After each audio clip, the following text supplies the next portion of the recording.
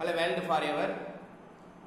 நம்ம உடம்புல நுரையீரலை பாதிக்கக்கூடிய ஒரு சில உணவுகள் இருக்குது. ஸோ இந்த உணவுகளை நம்ம எடுத்துக்கொள்ளாமல் இருக்கிறது வந்து எப்பயுமே பெட்டரான ஒரு சொல்யூஷன். ஏன்னா வந்து ஒன்று உங்களுக்கு நுரையீரல் சம்மந்தமான பிரச்சனை இருந்துச்சுன்னா, ஒரு வேளை ஆஸ்துமா, வீசிங், இல்லைன்னா எம்பைசிமா, இந்த மாதிரி நுரையீரலில் இன்ஃப்ளமேஷன், அலர்ஜி இந்த மாதிரி ப்ராப்ளம் உள்ளவங்களும் ஸோ இனிமேல் இந்த மாதிரி பிரச்சனை வரக்கூடாது. நம்ம உடம்புல வந்து நுரையீரலில் எந்த பிரச்சனையும் வரக்கூடாது. ஏன்னா இதயத்துக்கு ஈக்குவலானது நுரையீரல்.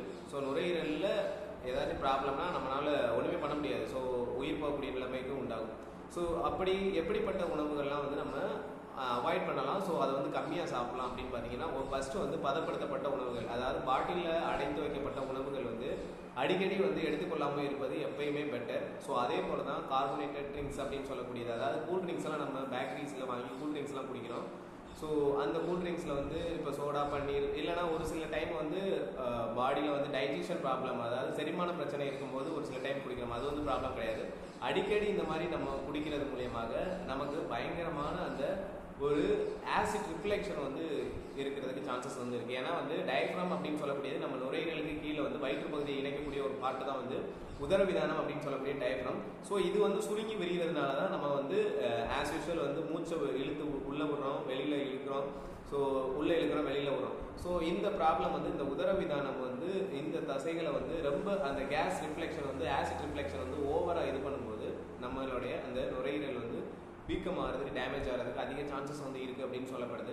அதுபோல் பார்த்தீங்கன்னா உங்களுக்கு ஆஸ்துமா இல்லைன்னா நுரையீரல் சம்மந்தப்பட்ட பிரச்சனைகள் இருக்கிறவங்களுக்கு வந்து பால் சம்மந்தப்பட்ட பொருட்களை வந்து கம்மியாக எடுத்துக்கொள்ளணும் அப்படின்னு சொல்லுவாங்க. ஸோ இல்லைனா அதை எடுத்துக்கொள்ளக்கூடாது அப்படின்னு சொல்லுவாங்க. பட் வந்து தயிர் வந்து சாப்பிடலாம் அப்படின்னு சொல்லுவாங்க. ஏன்னா வந்து அது வந்து ஒரு ப்ரோபயோட்டிக் ஃபுட்டு. ஸோ அதில் வந்து நல்ல விதமான பாக்டீரியா தான் வளருது. ஸோ அதுக்கடுத்து பார்த்தீங்கன்னா சோடியம் குளோரைடு அப்படின்னு சொல்லக்கூடிய உப்பு நம்ம உடம்புல வந்து எந்த அளவுக்கு அதிகமாக சால்ட் எடுத்துக்கிறோமோ அந்த அளவுக்கு ரொம்ப டேமேஜ் ஆகும், ரொம்ப ப்ராப்ளம் அப்படின்னு சொல்லி நமக்கு தெரியும்.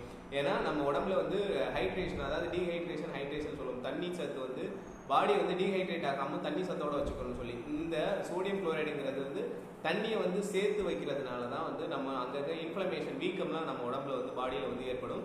இந்த இன்ஃப்ளமேஷன் ஏற்படாமல், ஏன்னா உப்பு சத்து அதிகமாச்சுன்னா அங்கங்கே வீக்கம் ஏற்படும். இதை வந்து ஏற்படாமல் இருந்தால், இது ஏற்பட்டாலும் அப்போ வந்து நுரையீரல் பிரச்சனை உள்ளவங்க இந்த மாதிரி சோடியம் குளோரைடு, அதாவது உப்பு அதிகமாக சேர்த்துக்கிட்டிங்கன்னா, உப்பு சம்மந்தப்பட்ட பொருட்கள் அதிகமாக சேர்க்கறதுனாலே நமக்கு நுரையீரல் பிரச்சனை வர்றதுக்கு சான்சஸ் வந்து இருக்குது அப்படின்னு சொல்லப்படுது. ஸோ அதுக்கடுத்து பார்த்தீங்கன்னா அதே போல் தான் கார வகை உணவுகள் வந்து அதிகமாக எடுத்துக்கொள்றது மூலியமாக நமக்கு உடம்புல வந்து நுரையீரல் பிரச்சனை வர்றதுக்கு சான்சஸ் வந்து இருக்குது அப்படின்னு சொல்லப்படுது.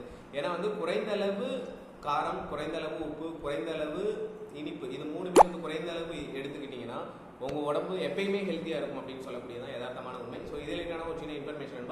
ஓகே, அடுத்த மீட் பண்ணலாம். ஓகே, பாய்.